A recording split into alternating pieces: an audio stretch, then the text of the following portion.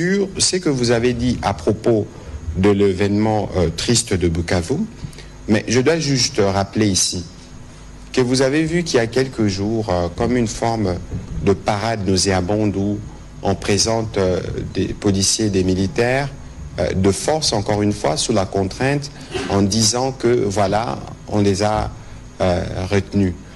Alors, dans une ville qui est surarmée, parce que c'est l'armée rwandaise qui devrait assurer la sécurité, et donc, on présume, il n'y a même pas besoin de présumer, des dispositions sécuritaires ont été prises pour quadriller tous les secteurs.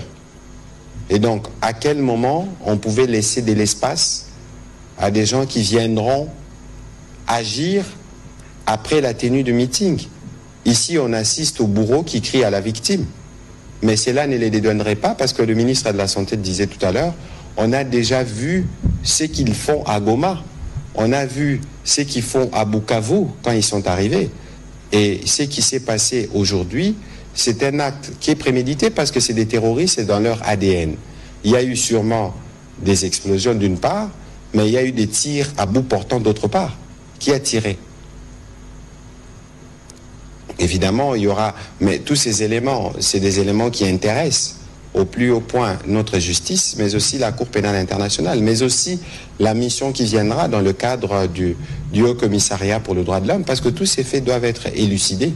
Comment vous pouvez imaginer, nous, vous voyez le ministre de la Santé qui se mobilise tous les jours pour s'assurer que nous apportons le soutien, les réconforts à nos populations, comment vous pouvez imaginer que le gouvernement soit derrière un tel acte? Tout ça, c'est du poison rwandais. Comme je vous dis et le répète, c'est du poison rwandais qui vient dans un strict objectif. Et d'ailleurs, il faut considérer, parce que nous connaissons les intentions. C'est pour ça que nous continuons au front diplomatique à continuer pour qu'il y ait davantage des sanctions. Nous connaissons les intentions, nous connaissons aussi le prétexte. Parce qu'après, on va dire, voilà, on attaque les populations et le lendemain, c'est l'armée rwandaise qui redéclenche les opérations. Je ne suis pas prophète, mais c'est ce qui risque d'arriver parce que nous connaissons les méthodes. Quoi qu'il en soit, nous allons demander à nos populations de Bukavu de rester vigilants. Vous avez contraint les populations le matin à aller au meeting de manière obligatoire, après pour les tuer.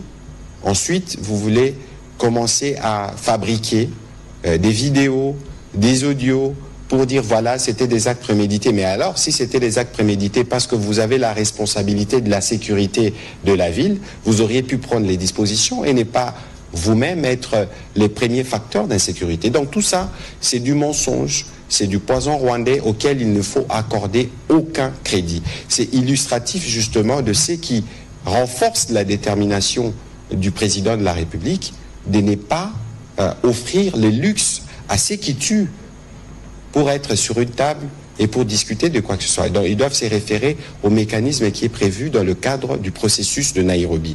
Mais pour ce qui s'est passé aujourd'hui et pour tout ce qui se passe, il y a des éléments documentés que nous gardons et les moments venus qui pourront servir dans les différents procès qui pourront être organisés. Voilà.